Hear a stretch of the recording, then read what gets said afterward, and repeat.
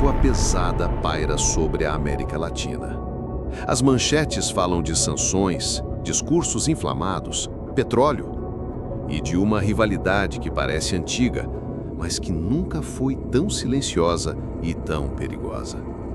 O que acontece entre Estados Unidos e Venezuela não cabe em poucas linhas de jornal. Não se resolve em entrevistas ensaiadas, não se explica em um único mapa político. Por trás das câmeras, há corredores sem janelas, salas de guerra iluminadas por luzes vermelhas, vozes baixas, papéis que não podem ser fotografados, decisões que não serão admitidas. E é neste subterrâneo, onde cada silêncio pesa, que o destino de um país, de uma região e talvez do mundo está sendo desenhado. A Venezuela não é um território qualquer. Sob sua terra repousa uma riqueza que move exércitos e derruba governos, a maior reserva de petróleo conhecida. Petróleo não é só combustível, é poder, é moeda invisível, é a alavanca que aciona indústrias, frota navios, levanta impérios. Para os Estados Unidos, controlar ou ao menos influenciar esse fluxo é questão de sobrevivência estratégica. E quando um recurso decide guerras, ele também decide amizades, inimigos, alianças que mudam de cor conforme a noite avança. Nos anos 2000, uma fissura se abriu. Hugo Chávez quebrou a lógica, aproximou Caracas de Moscou e Pequim, falou alto onde antes todos cochichavam e transformou a Venezuela em símbolo de resistência à influência americana.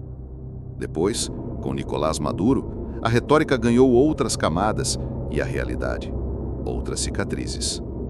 Vieram sanções, bloqueios, ativos congelados, rotas comerciais sufocadas, a moeda derreteu, as prateleiras esvaziaram, as filas cresceram. Esta foi a imagem mostrada, repetida, amplificada.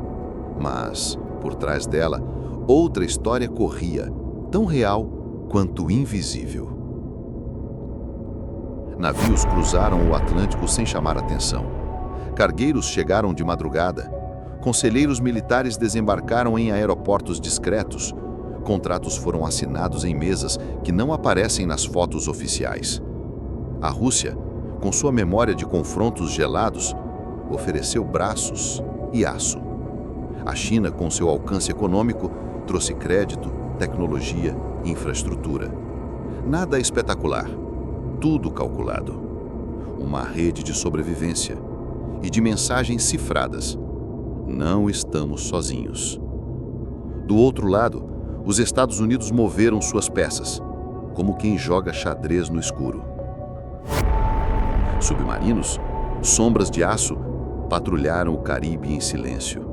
Sonares varreram o fundo do mar.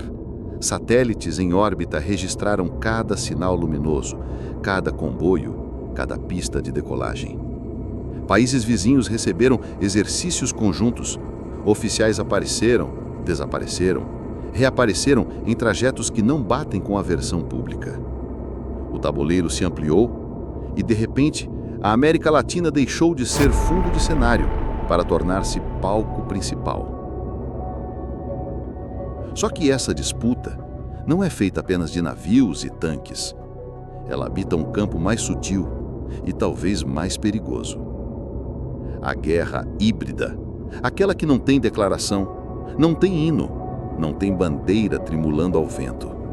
É a guerra do pixel e do pulso elétrico. Um blackout que apaga cidades inteiras. Um ataque digital que faz um banco silenciosamente perder o fôlego. Um vazamento calculado que vira manchete no dia exato. Uma falha acidental em uma refinaria no momento perfeito. O mundo acorda, lê, comenta e segue. Mas, em alguma sala, alguém risca um item na lista e diz: funcionou. Enquanto isso, Caracas respira como pode. Crianças correm pelas praças. Vendedores ambulantes disputam calçadas.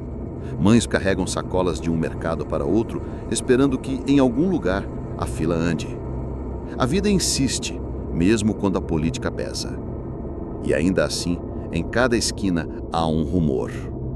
Um sussurro de que algo maior se move nas sombras, de que as linhas não estão sendo traçadas em público, de que a próxima semana não pode ser igual à anterior.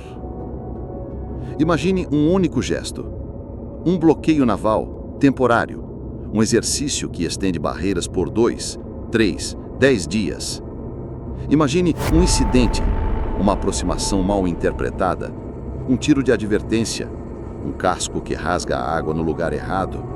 Imagine o petróleo, inflamável por natureza, pegando fogo no mercado. O preço sobe, as bolsas tremem, os caminhões desaceleram. Um país pisca, o outro não pisca de volta. E um ponto no mapa que muitos achavam distante, de repente, parece bater dentro de cada bomba de combustível do planeta.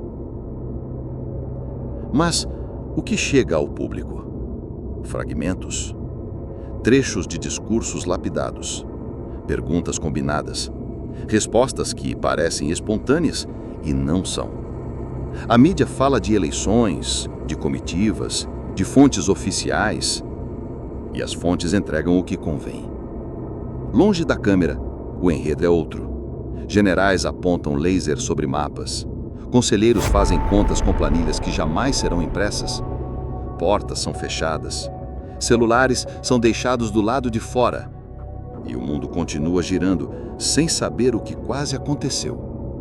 Ontem, exatamente às 03h17. Quantas operações silenciosas foram engavetadas no último minuto? Quantas avançaram e ninguém percebeu? Quantas vezes estivemos a poucos passos de um abismo que alguém cobriu com uma manta apenas por algumas horas? Talvez nunca o saibamos. Documentos dormem atrás de selos. Confidencial, ultra secreto, não divulgar. E ainda assim, os efeitos ecoam. Um contrato que muda de mãos, uma base que amplia seu perímetro, um aliado que muda de tom sem anunciar que mudou. Há, porém, um fio que conecta tudo: o petróleo. Não como cifra, mas como sistema nervoso. Ele passa pelos portos, pelos dutos, pelas refinarias, pelos navios que atravessam rotas estreitas. Cada válvula, cada guindaste, cada turno noturno é uma pequena peça que, se somada às outras, vira algo gigantesco. Quem controla a pressão, controla o fluxo. Quem controla o fluxo, controla o ritmo do mundo. E quando uma potência sente que está perdendo o metrônomo, ela cria outro tipo de música, mais alta, mais dissonante, mais difícil de ignorar. É por isso que a disputa entre Estados Unidos e Venezuela não é apenas sobre quem governa, quem fala no palanque, quem assina o decreto do dia. É sobre o que vibra no subterrâneo, o que corre nos canos, o que sobe para os céus e o que nunca chega aos ouvidos de quem está na superfície. É sobre quem escreve a legenda de imagens que o público não vai ver. E então surge a pergunta que incomoda: até onde vai essa guerra que não ousa dizer seu nome? Até onde Moscou está disposta a ir para não perder terreno? Até onde Pequim aceita recuar antes de dizer basta? Até onde Washington vai esticar a corda antes que escute o som de fibras se partindo? E, principalmente, quem exatamente segura a outra ponta? Pense, por um momento, na coreografia. Uma reunião marcada para as 14 horas, que começa às 14h17 porque 2 assinaturas atrasaram por propósito. Um comunicado público que troca uma palavra preocupação por outra condenação para testar a temperatura. Um navio que muda 10 milhas na rota só para ver quem reage e como reage. A diplomacia, quando dança na penumbra, parece tropeço, mas é cálculo. Parece improviso, mas é roteiro. E enquanto tudo isso acontece, há vidas concretas que atravessam a rua, que levantam cedo, que esperam por notícias que nunca vêm. Há um país que virou ponto de passagem entre o visível e o invisível. Há uma região inteira que sente o chão tremer sem ouvir o estrondo.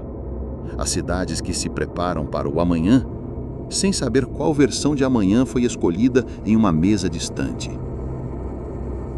Talvez nada disso exploda. Talvez tudo permaneça no território das pressões, das sanções, das ameaças e dos recuos. Talvez a corda, mesmo esticada, continue inteira. Mas, talvez, um evento improvável combinado com outro improvável se some a um terceiro improvável e, de repente, o improvável vire inevitável. Histórias assim não avisam quando começam, só deixam marcas depois que passam. E você, que acompanhou até aqui? Acredita que estamos diante de apenas mais um capítulo político ou à beira de algo maior, mais profundo, mais difícil de desfazer? Acha que as sombras continuarão apenas sombras ou que em breve serão contornos nítidos de uma crise que não poderá mais ser negada? Eu quero saber o que você vê quando olha para esse tabuleiro, porque às vezes é no olhar de quem observa de fora que a verdade finalmente ganha forma. Curta o nosso canal e deixe seus comentários.